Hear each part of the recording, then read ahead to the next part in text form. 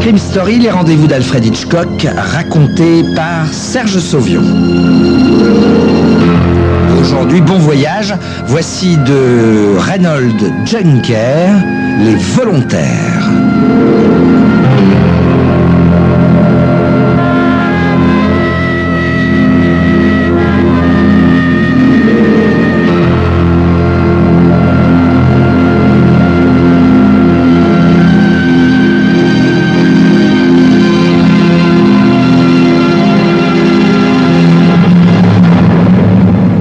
Santo entend grésiller une sonnerie. Le ton est lointain, mais il lui semble en même temps que cette sonnerie est située à l'intérieur de sa tête. Encore engourdi, Santo sent Maria, sa femme, s'agiter à son tour dans son sommeil. Depuis combien de temps ce maudit téléphone résonne-t-il ainsi? Qu'y a-t-il? Que se passe-t-il? Demande-t-elle d'une voix pâteuse. Autrefois, Maria chantait, riait ou pleurait normalement. Aujourd'hui, elle n'a plus de raison de chanter ou de rire. Et il ne sert à rien de pleurer. Sans répondre, Santo se laisse glisser du lit sur le bois nu du plancher. Il se dirige tant bien que mal dans l'obscurité jusqu'à l'appareil. « Allô ?» interroge-t-il en décrochant le récepteur. « Santo ?» demande la voix à l'autre bout du fil. Même au plus profond de son sommeil, Santo reconnaîtrait cette voix. Elle parvient à ses oreilles sous la forme d'un sifflement bruyant. C'est le ton d'une personne qui confie à un tiers un grand secret, mais avec le désir de le faire connaître à la ronde. « C'est toi, Johnny? Que diable me veux-tu? »« Santo, vieille branche, est-ce là une façon de répondre à un copain? »« Copain, tu me réveilles au milieu de la nuit. C'est de sommeil que j'ai besoin et non de beaux discours. Il faut tout de même que je travaille pour gagner de quoi nourrir ma famille, non? » « Sans doute, Santo, sans doute. Comment pourrais-je l'oublier? Travailler tout le jour, dormir toute la nuit. Un jour, tu seras le saint patron de toute la classe ouvrière. » « Ne plaisante pas, Johnny. Ne plaisante pas. » Santo sent le sommeil le quitter. « Alors écoute, mon vieux, écoute bien. Il ne s'agit pas de beaux discours. Une catastrophe ferroviaire vient de se produire juste à la sortie de Fairbanks. L'un des trains spéciaux en provenance de Miami a quitté les rails ou manqué un arrêt. J'ai pas très bien compris. »« Et alors ?» demande Santo. Johnny respire bruyamment dans l'appareil. « Mais c'est là tout ce que tu trouves à dire? Réfléchis, Santo. Pour une fois, fais fonctionner autre chose que ta bedaine. Ce train spécial était forcément bourré d'un tas de gens matelassés de billets de banque, avec le seul souci de faire l'aller-retour entre New York et Miami à la recherche d'un endroit pour dilapider leur argent. » Johnny s'interrompt puis reprend lentement. Il articule chaque mot avec soin, comme s'il enfonçait autant de clous. « Fairbanks, c'est une petite ville. On demande des volontaires pour dégager les cadavres. La police ne peut en venir à bout toute seule. Elle a besoin d'assistance, surtout pour les corps. »« Je ne sais pas, » murmure Santo, plus pour lui-même que pour le téléphone. La voix de Johnny se transforme en un sifflement irrité. Santo se souvient du temps où l'autre, de plusieurs années son cadet, avait pris la parole dans une réunion syndicale. Il se souvient de sa voix, de ses yeux, de ses bras qui se levaient et s'abaissaient sauvagement.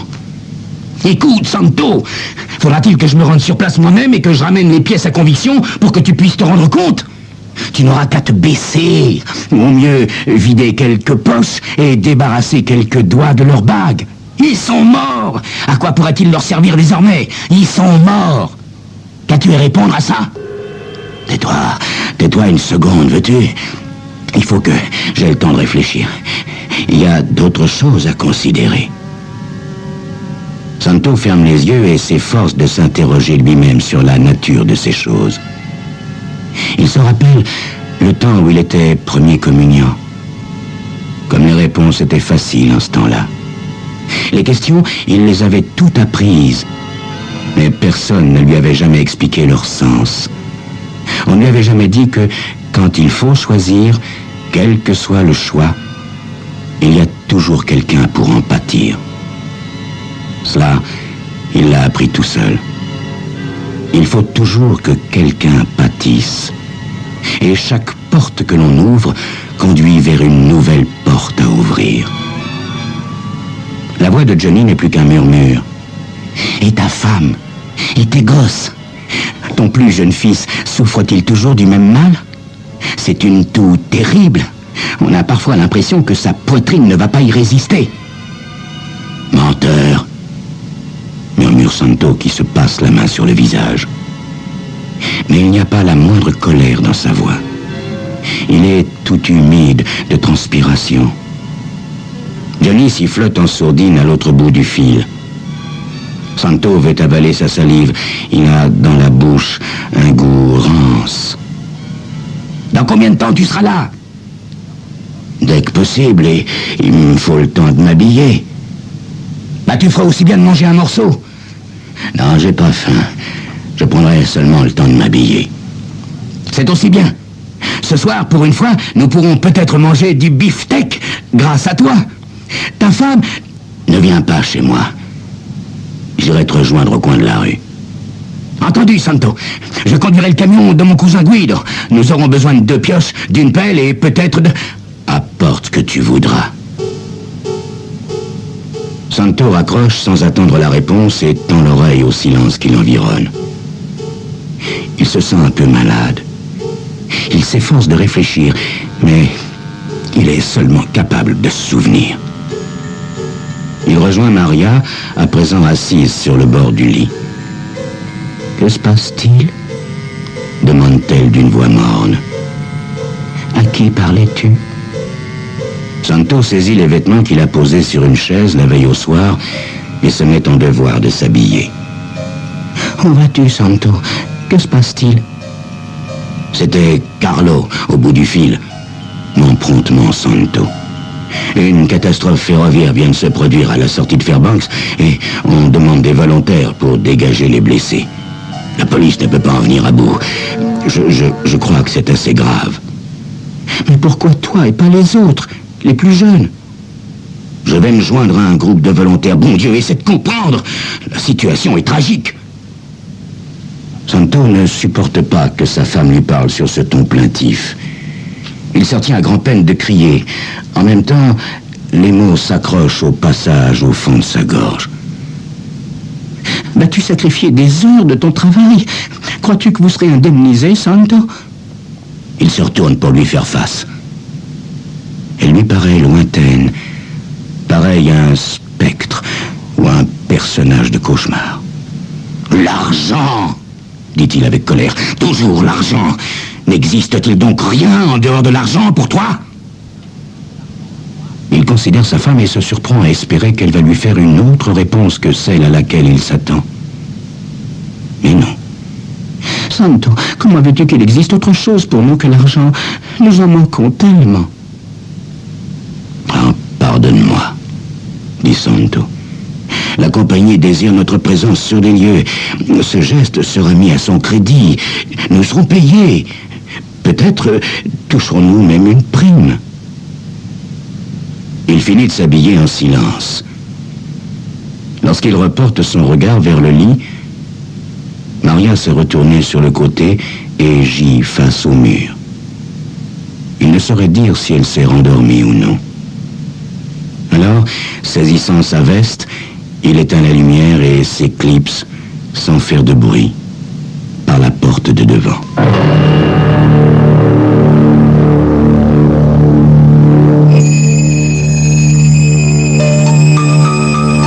Le malheureux Santo semble bien réticent. Parviendra-t-il à accomplir la tâche qu'il s'est fixée? La réponse dans quelques instants.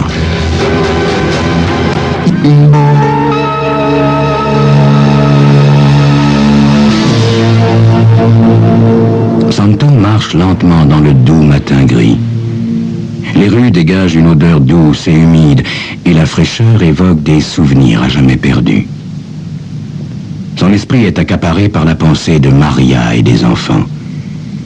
Il se présente à son esprit, non pas séparément, distinctement, mais comme un magma confus de visages et de noms fondus ensemble et qui n'ont plus d'existence propre. La voix de Maria, le visage du plus jeune de ses fils, une toux, un pleur. Des Les souvenirs d'autrefois viennent se mêler à ce fouillis qui se modifie à chacun de ses mouvements. Il n'est plus certain de rien, sauf qu'il a l'impression de se déplacer en dehors du temps. Il marche sans but, se contentant d'avancer. Il se retourne brusquement au bruit du camion qui vient de s'arrêter au bord du trottoir près de lui. La machine s'immobilise dans un bruit de ferraille et la portière s'ouvre. Santo se hisse dans la cabine et referme la portière sur lui. Il s'adosse contre le capitonnage usé et relève le col de sa veste autour de son menton.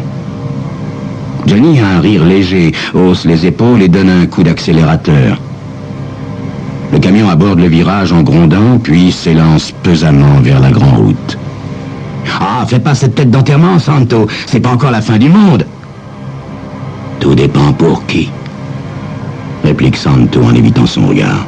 « Les faibles doivent périr afin que les forts puissent survivre. Qu'est-ce que tu dis de ça, Santo ?» « Et les vautours ?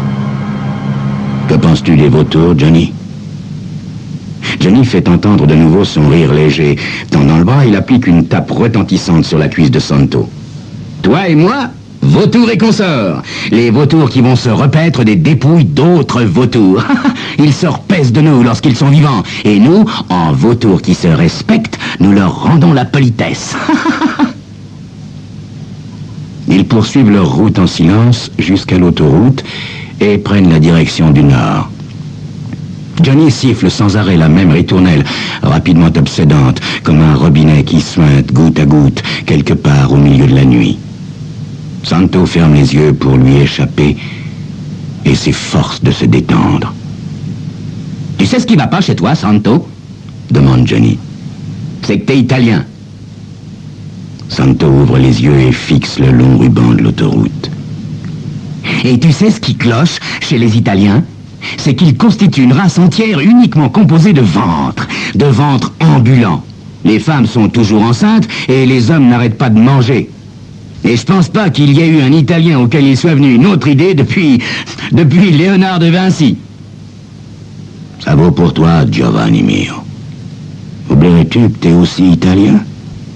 répond Santo d'une voix lasse. « Oui, mais moi j'ai plein d'idées là-dedans, » dit Johnny en se tapotant gentiment la tempe. « Plein d'idées américaines !» Déjà, l'autoroute longe la ligne de chemin de fer. À la première sortie, Johnny s'engage dans un chemin de terre. La catastrophe apparaît à leurs yeux après un virage cahotant sur la droite et lorsqu'ils ont franchi le sommet d'une colline en pente douce. Le camion s'engage lentement sur cette pente. Santo n'a jamais vu de catastrophe ferroviaire. Les seuls trains dont il ait souvenance sont les convois luisants, couleur bleu et argent, qui défilaient avec un bruit de tonnerre devant les équipes travaillant à proximité de la voie, ou les tortillards d'un rouge terni qui s'époumonaient le long de la côte entre les petites stations balnéaires. Le spectacle qui s'offre maintenant à ses yeux ressemble à ce qu'il a pu voir aux informations de la télé. Un chaos de morts entouré de silence. Un amas de ferraille avec des poutres, des éclats de bois et de métal saillants. De place en place, il distingue de petits flocons de fumée qui s'élèvent pour aller se dissiper un peu plus loin. L'étroit épaulement de chaque côté du ballast est pointillé par endroits de couverture sombre. Il sent le même goût rance que précédemment lui venir à la bouche. Deux corps n'ont pas été recouverts. Peut-être manque-t-on déjà de couverture. Johnny dirige le camion vers une petite tente de toile qui a été dressée vers le centre du sinistre. Un homme brun et trapu en sort et leur fait signe de s'arrêter. Johnny répond d'un geste de la main et immobilise son véhicule près de la tente. Santo tend la main pour ouvrir la portière de son côté. Johnny le retient par la manche. « Et au cas où on nous demanderait nos noms, je m'appelle Williams et toi Condoli. »« Compris, Williams, » répond Santo. Ils descendent du camion et Johnny contourne vivement son compagnon pour s'avancer vers le gros homme. « Je m'appelle Williams et voici mon ami Condoli. Nous sommes venus vous offrir nos services. Nous avons appris par la radio que la police ne pouvait dégager tous les blessés et que vous aviez lancé un appel pour recruter des volontaires. » Le gros homme crache à ses pieds dans la poussière et lance en direction de Santo. Ah, pour ça, on peut toujours compter sur la radio. Qu'entendez-vous par là? On peut toujours compter sur la radio pour exagérer les proportions d'un accident. Ben, et ça? Demande Johnny en désignant les wagons renversés et éventrés. C'est pas le train de plaisir de Miami? Il a cessé de sourire. Pas même celui d'Hoboken, mon petit gars, répond le gros homme en crachant de nouveau par terre. Ben, puisque vous vous êtes dérangé, vous pouvez peut-être nous aider à déblayer ce Capharnaüm. Nous sommes à court d'outils. Peut-être en avez-vous apporté par hasard. Oui, nous avons une pioche et 2 pelles, répond machinalement Santo. Il pourra encore rentrer à temps pour prendre son petit déjeuner et se présenter à son travail à l'heure. Mais avant tout, il voudrait voir son copain, le soi-disant américain, l'homme au cerveau farci d'idées, à l'œuvre. De toute manière, ne sont-ils pas venus offrir leur aide? Eh ben, empoignez donc vos outils et commencez au bout de la ligne. Nous avons déjà dégagé la majorité des voyageurs, sinon tous. Le train n'était pas très chargé. Si vous découvrez un cadavre, eh ben, appelez donc NCT, puis il s'en occupera. Il dissimulera sous une couverture. Le gros homme crache de nouveau avant de rentrer sous sa tente. Johnny regarde avec des yeux ronds le petit groupe d'hommes qui se penchent sur leurs outils. Santo revient au camion et en tire la pioche et les 2 pelles. Il met celle-ci sur son épaule et passe la pioche à Johnny. Volontaire, en avant, marche. Ah, quelle malchance, j'en ai le sang qui bout dans mes veines. Santo laisse échapper un petit rire. Il voudrait s'esclaffer bruyamment et donner de grandes claques dans le dos de Johnny. En fait de train de plaisir, c'est un modeste tortillard qui s'est renversé. Ils descendent le long de la ligne vers le petit groupe d'hommes. Ils rejoignent un homme appuyé sur sa pelle qui observe 2 autres compagnons de travail. Un petit paquet d'étiquettes jaunes apparaît dans la poche de son veston. « Nous sommes volontaires », explique Santo lorsque l'homme lève les yeux vers eux. Il a la même expression que l'homme de la tente. Santo s'attend à le voir cracher d'un instant à l'autre. Malgré tout, il se redresse et dit, après avoir inspecté la ligne à l'arrière du train, « Nous avons déjà déblayé la plus grande partie de ce côté. Je vois pas pourquoi on vous envoie vers nous. Passez plutôt de l'autre côté. Là-bas, ils ont peut-être besoin de vos services. Ils ont commencé après nous. » Johnny et Santo s'exécutent. Tandis qu'ils s'engagent dans la direction indiquée, Johnny ramasse un caillou et le lance vers une poutrelle qui gît en travers de la voie. Elle va frapper un objet en soulevant un petit flocon de poussière. Un objet de couleur jaune renvoie la lumière et déboule dans la terre meuble. On entend soudain un gémissement. Santo étreint l'épaule de Johnny. « Écoute !» Le gémissement s'élève de nouveau. Santo retient sa respiration. Il jette un rapide regard en arrière vers le petit groupe d'hommes dont ils sont séparés par une voiture. Nul ne peut les voir. Un nouvel éclat jaune frappe son regard. Johnny se laisse tomber à genoux et se met à remuer la boue à 2 mains. Il s'assied sur ses talons et tend un bracelet d'or à Santo pour lui permettre de le voir. Santo laisse tomber sa pelle et le repousse de côté, l'écartant de la femme. « Elle est vivante. T'es cinglé, dit Johnny. Tes oreilles te jouent des tours. Aide-moi à la tirer de là. » Chacun saisissant une extrémité de la poutrelle, il dégage le corps de la femme. Elle est couchée à plat ventre. Il la retourne sur le dos. Santo s'agenouille près d'elle et colle son oreille sur sa poitrine. Il entend son cœur qui bat faiblement et se redresse sur les genoux. Elle est vivante. Santo observe Johnny. Il a le regard d'un enfant effrayé. Son visage, son pauvre visage, murmure-t-il plaintivement. Santo regarde alors le visage fracassé, couvert de bleu et d'échymose, dont les yeux sont grands ouverts. Il entend Johnny choir sur les genoux et être pris de vomissements. Pour sa part, il pose de nouveau sa main sur la poitrine de la femme. il sent le doux battement cadencé du cœur. Et soudain, le vide se fait dans sa tête. La main à plat sur la poitrine, il appuie de toutes ses forces. Santo tend la main et retire une broche du vêtement de la morte. Il s'empare ensuite de 2 bagues. L'une porte un diamant. Il la glisse à son doigt. Elle était pratiquement morte, explique-t-il dans le silence qui les entoure. Elle était morte. Et mes enfants, eux, ont le droit de vivre. Ils ont le droit de vivre. Je regrette, mais ainsi va la vie. Du moins, la nôtre. Voilà, c'était donc Crime Story, les rendez-vous d'Alfred Hitchcock racontés par Serge Sauvion et aujourd'hui de Reynold Junker, les volontaires.